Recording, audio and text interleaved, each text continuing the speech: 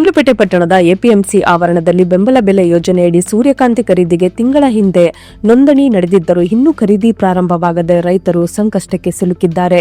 ಕೇಂದ್ರ ಸರ್ಕಾರವು ಸೂರ್ಯಕಾಂತಿಗೆ 7,721 ಬೆಂಬಲ ಬೆಲೆ ನಿಗದಿ ಮಾಡಿ ಖರೀದಿ ಕೇಂದ್ರ ತೆರೆಯುವಂತೆ ಸೂಚಿಸಿದ್ದರು. ಜಿಲ್ಲಾಧಿಕಾರಿ ಆದೇಶದ ನಂತರವೂ ಎಪಿಎಂಸಿ ಕೇಂದ್ರದಲ್ಲಿ ಖರೀದಿ ಸರಿಯಾಗಿ ಆರಂಭವಾಗಿಲ್ಲ. ಪಟ್ಟಣದಲ್ಲಿ 664 ಮಂದಿ ಹಾಗೂ ತೆರಕಣಾಂಬಿಯಲ್ಲಿ 357 ಮಂದಿ ರೈತರು ನೋಂದಣಿ ಮಾಡಿಕೊಂಡಿದ್ದಾರೆ. ಕರ್ನಾಟಕ ಸಹಕಾರಿ ಎಣ್ಣೆ ಬೀಜ ಬೆಳೆಗಾರರ ಮಹಾಮಂಡಳಿ ಹಾಗೂ ಶ್ರಮ ಸಂಜಾತ ರೈತ ಉತ್ಪಾದಕರ ಸಂಘ ನೋಂದಣಿ ಮತ್ತು ಖರೀದಿಗೆ ಸಿದ್ಧತೆ ನಡೆಸಿದ್ದರೂ ಖರೀದಿ ವಿಳಂಬವಾಗುತ್ತಿದೆ ಎಂದು ರೈತ ಸಂಘದ ಜಿಲ್ಲಾ ಸಮಿತಿ ಅಧ್ಯಕ್ಷ ಶಿವಪುರ ಮಹದೇವಪ್ಪ ದೂರಿದ್ದಾರೆ. ಗುಣಮಟ್ಟಕ್ಕೆ ಹಾನಿ, ತೂಕ ಇಳಿಕೆ ಬಗ್ಗೆಯೂ ರೈತರು ಅಸಮಾಧಾನ ವ್ಯಕ್ತಪಡಿಸಿದ್ದಾರೆ. ತಿಂಗಳುಗಳಿಂದ ಸಂಗ್ರಹಿಸಿದ್ದ ಸೂರ್ಯಕಾಂತಿ ಈಗ ಗುಣಮಟ್ಟ ಕಳೆದುಕೊಂಡಿದೆ, ತೂಕವೂ ಇಳಿಯುತ್ತಿದೆ, ಆದರೂ ಖರೀದಿ ಪ್ರಾರಂಭವಾಗಿಲ್ಲ ಎಂದು ರೈತರಾದ ಶಿವಪ್ಪ ಹಾಗೂ ಗಣೇಶ ಕಳವಳ ವ್ಯಕ್ತಪಡಿಸಿದ್ದಾರೆ.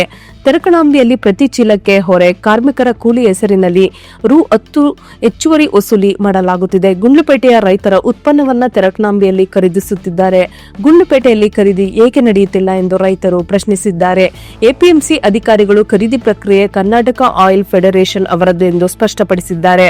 ಆದರೆ ಕೆಒಎಫ್ ಅಧಿಕಾರಿ ಬಸವಪ್ರಸಾದ್ ಸಂಪರ್ಕಕ್ಕೆ ಸಿಗುತ್ತಿಲ್ಲವೆಂದು ರೈತರು ಅಸಮಾಧಾನ ವ್ಯಕ್ತಪಡಿಸಿದ್ದಾರೆ.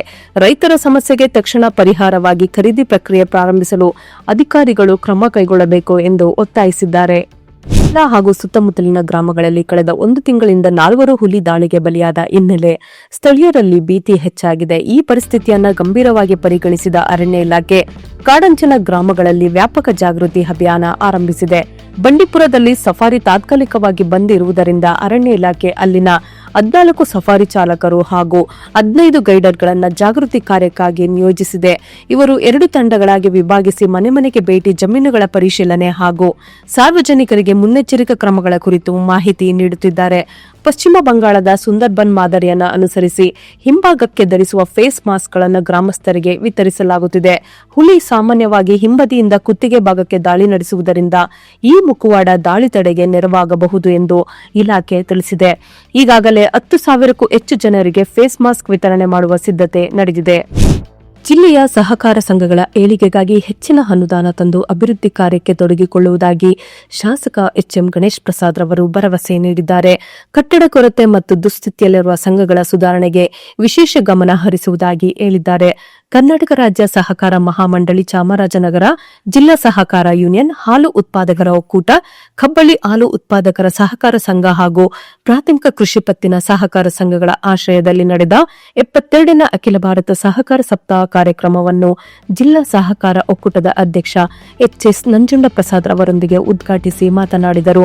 ಶಾಸಕರು ಮಾತನಾಡಿ, ಸಹಕಾರ ಕ್ಷೇತ್ರ ದೊಡ್ಡದು, ರೈತರ ಅಭಿವೃದ್ಧಿಗೆ ಸಹಕಾರ ಸಂಘಗಳು ಬಲವಾಗಿ ಕೆಲಸ ಮಾಡಬೇಕು. ಸಾಲ ಪಡೆದವರು ಸಕಾಲಕ್ಕೆ ಹಣ ಹಿಂತಿರುಗಿಸಿದರೆ ಸಂಘಗಳ ಬೆಳವಣಿಗೆ ವೇಗವಾಗಿ ಸಾಗುತ್ತದೆ. ಹಾಲು ಮತ್ತು ಪತ್ತಿನ ಸಹಕಾರ ಸಂಘಗಳಿಗೆ ಸರ್ಕಾರ ಉತ್ತಮ ಪ್ರೋತ್ಸಾಹ ನೀಡುತ್ತಿದೆ, ಅದರ ಪ್ರಯೋಜನವನ್ನ ರೈತರು ಪಡೆಯಬೇಕು ಎಂದು ತಿಳಿಸಿದರು. ಗುಂಡ್ಲುಪೇಟೆ ಪಟ್ಟಣದಲ್ಲಿ ಬೇರೆ ಬೇರೆ ಸಂದರ್ಭಗಳಲ್ಲಿ ಕಳೆದು ಹೋದ 2 ಮೊಬೈಲ್ ಫೋನ್ಗಳನ್ನು ಸಿಇಐಆರ್ ಪೋರ್ಟಲ್ ಮುಖಾಂತರ ಪತ್ತೆ ಹಚ್ಚಿ ವಾರಸುದಾರರಿಗೆ ಹಸ್ತಾಂತರಿಸುವ ಕಾರ್ಯವನ್ನು ಗುಂಡ್ಲುಪೇಟೆ ಪೊಲೀಸ್ ಇಲಾಖೆ ನೆರವೇರಿಸಿದೆ. 6 ತಿಂಗಳ ಹಿಂದೆ ಗುಂಡ್ಲುಪೇಟೆ ಕೆಎಸ್ಆರ್ಟಿಸಿ ಬಸ್ ಸ್ಟ್ಯಾಂಡ್ನಲ್ಲಿ ತನ್ನ ಮೊಬೈಲ್ ಕಳೆದುಕೊಂಡಿದ್ದ ಮಲ್ಲೇಶ್ ಹಾಗೂ 1 ವರ್ಷದ ಹಿಂದೆ ಗುಂಡ್ಲುಪೇಟೆ ಪಟ್ಟಣದಲ್ಲಿ ಮೊಬೈಲ್ ಕಳೆದುಕೊಂಡು ದೂರು ನೀಡಿದ ಮಲ್ಲೇನ್ಪುರ ಗ್ರಾಮದ ಸಿದ್ದಾಚಾರಿ ಇವರಿಬ್ಬರ ದೂರುಗಳ ಆಧಾರದಲ್ಲಿ ಪೊಲೀಸ್ ಠಾಣೆಯ ಸಿಬ್ಬಂದಿ ಹುಡುಕಾಟ ನಡೆಸಿದ್ದರು. ಸಿಇಐಆರ್ ತಂತ್ರಜ್ಞಾನ ಬಳಸಿ 2 ಮೊಬೈಲ್ಗಳನ್ನು ಪತ್ತೆ ಹಚ್ಚಲಾಗಿದ್ದು, ಗುಂಡ್ಲುಪೇಟೆ ಪೊಲೀಸ್ ಠಾಣೆಯ ಸಬ್ ಇನ್ಸ್ಪೆಕ್ಟರ್ ಸಾಹೇಬಗೌಡ ಅವರು ಸಿಕ್ಕ ಮೊಬೈಲ್ಗಳನ್ನು ಮಾಲೀಕರಿಗೆ ಹಿಂತಿರುಗಿಸಿದ್ದಾರೆ. ಪೊಲೀಸರ ಸಮಯೋಚಿತ ಕ್ರಮಕ್ಕೆ ಸಾರ್ವಜನಿಕರು ಮೆಚ್ಚುಗೆಯನ್ನ ವ್ಯಕ್ತಪಡಿಸಿದ್ದಾರೆ. ಶುಕ್ರವಾರ ರಾತ್ರಿ ಸುಮಾರು 9 ಗಂಟೆ 6 ನಿಮಿಷದಲ್ಲಿ ಹಕ್ಕಲ್ಪುರ ಗ್ರಾಮದಲ್ಲಿ ಅಡುಗೆ ಅನಿಲ ಸೋರಿಕೆಯಾಗಿ ಮನೆಯಲ್ಲಿ ಬೆಂಕಿ ಕಾಣಿಸಿಕೊಂಡಿದೆ ಎಂಬ ಮಾಹಿತಿ ಗುಂಡ್ಲುಪೇಟೆ ಅಗ್ನಿಶಾಮಕ ಠಾಣೆಗೆ ಲಭ್ಯವಾಗಿತ್ತು. ಕರೆ ಸ್ವೀಕರಿಸಿದ ಸಿಬ್ಬಂದಿ ತಕ್ಷಣ ಕರೆ ನೀಡಿದವರೊಂದಿಗೆ ಸಂಪರ್ಕ ಸಾಧಿಸಿ ಹೆಚ್ಚಿನ ಅನಾಹುತ ತಪ್ಪಿಸಲು ಸಿಲಿಂಡರ್ ಮೇಲೆ ತೇವಗೊಂಡ ಗೋಣಿಚೀಲ ಅಥವಾ ರಗ್ಗನ್ನ ಹಾಕಿ ಮುಚ್ಚುವಂತೆ ಪ್ರಾಥಮಿಕ ಸೂಚನೆಯನ್ನ ನೀಡಿದರು. ನಂತರ ಸ್ಥಳಕ್ಕೆ ಧಾವಿಸಿದ ಅಗ್ನಿಶಾಮಕ ಸಿಬ್ಬಂದಿ ಸಿಲಿಂಡರ್ನ ಸೋರಿಕೆಯನ್ನ ನಿಲ್ಲಿಸಿ ನೀರು ಹಾಯಿಸುವ ಮೂಲಕ ಸಿಲಿಂಡರ್ ಅನ್ನ ತಣ್ಣಗಾಗಿಸಿದ್ದಾರೆ. ಮನೆಯಲ್ಲಿದ್ದ ಸಣ್ಣ ಪ್ರಮಾಣದ ಬೆಂಕಿಯನ್ನ ಕೂಡ ತಕ್ಷಣ ನಂದಿಸಲಾಯಿತು. ಈ ಕಾರ್ಯಾಚರಣೆಯಲ್ಲಿ ಠಾಣಾ ಅಧಿಕಾರಿ ಮಂಜಪ್ಪ, ಪ್ರಮುಖ ಅಗ್ನಿಶಾಮಕ ಶಿವರಾಜು, ಚಾಲಕ ಶ್ರೀಕಾಂತ್, ಅಗ್ನಿಶಾಮಕರಾದ ದೇವರಾಜು, ಡಿಎಸ್ ದೇವರಾಜ್ ಕುಮಾರ್, ಎಂ ಮತ್ತು ಸಂತೋಷ್ ಪಾಲ್ಗೊಂಡಿದ್ದರು. ಅಗ್ನಿಶಾಮಕ ದಳದ ತ್ವರಿತ ಮತ್ತು ಸಮನ್ವಯಿತ ಕಾರ್ಯಾಚರಣೆಯಿಂದ ಸುಮಾರು 10 ಲಕ್ಷ ರು ಮೌಲ್ಯದ ಆಸ್ತಿ ರಕ್ಷಿಸಲ್ಪಟ್ಟಿದ್ದು ಸುಮಾರು 1.5 ಲಕ್ಷ ರು ನಷ್ಟ ಸಂಭವಿಸಿರುವುದಾಗಿ ಅಂದಾಜಿಸಲಾಗಿದೆ. ಗ್ರಾಮಸ್ಥರ ಪ್ರಕಾರ ಸಿಬ್ಬಂದಿಯ ಜಾಗರೂಕತೆ ಹಾಗೂ ವೇಗದ ಕಾರ್ಯಾಚರಣೆಯಿಂದ ದೊಡ್ಡ ಅನಾಹುತ ತಪ್ಪಿರುವುದಾಗಿ ತಿಳಿಸಿದ್ದಾರೆ. 72ನೇ ಅಖಿಲ ಭಾರತ ಸಹಕಾರ ಸಪ್ತಾಹ ಸಮಾರೋಪ ಸಮಾರಂಭಕ್ಕೆ ನವೆಂಬರ್ 20ರಂದು ಮುಖ್ಯಮಂತ್ರಿ ಶ್ರೀ ಸಿದ್ದರಾಮಯ್ಯ, ಉಪಮುಖ್ಯಮಂತ್ರಿ ಡಿಕೆ ಶಿವಕುಮಾರ್ ಸೇರಿದಂತೆ ಹಲವು ಸಚಿವರು ಹಾಗೂ ಶಾಸಕರಿಂದ ಆಗಮಿಸಲಿದ್ದಾರೆ. ರಾಜ್ಯ ಮಟ್ಟದ ಈ ಸಮಾರೋಪಕ್ಕೆ ಸಂಬಂಧಿಸಿದ ಸಿದ್ಧತೆಗಳು ಅಂತಿಮ ಹಂತಕ್ಕೆ ಪ್ರವೇಶಿಸಿದ್ದು, ಗುಂಡ್ಲುಪೇಟೆ ತಾಲೂಕಿನ ಶಾಸಕರಾದ ಶ್ರೀ ಎಚ್.ಎಂ. ಗಣೇಶ್ ಪ್ರಸಾದ್ ಅವರು ಇಂದು ಡಾ. ಬಿ.ಆರ್. ಅಂಬೇಡ್ಕರ್ ಕ್ರೀಡಾಂಗಣಕ್ಕೆ ಭೇಟಿ ನೀಡಿ ಸ್ಥಳ ಪರಿಶೀಲನೆ ನಡೆಸಿದರು. ಕಾರ್ಯಕ್ರಮದ ಸ್ಥಳದಲ್ಲಿ ವೇದಿಕೆ ನಿರ್ಮಾಣ, ಭದ್ರತಾ ವ್ಯವಸ್ಥೆ, ವಾಹನ ನಿಲುಗಡೆ, ಸಾರ್ವಜನಿಕ ಸೌಲಭ್ಯಗಳ ವ್ಯವಸ್ಥೆ ಸೇರಿದಂತೆ ಹಲವು ಆಯ್ಕೆಗಳನ್ನು ಅಧಿಕಾರಿಗಳೊಂದಿಗೆ ಪರಿಶೀಲಿಸಿದ ಶಾಸಕರು ಅಗತ್ಯ ತಿದ್ದುಪಡಿ ಹಾಗೂ ಕಾರ್ಯವೇಗ ಹೆಚ್ಚಿಸುವಂತೆ ಸೂಚಿಸಿದರು.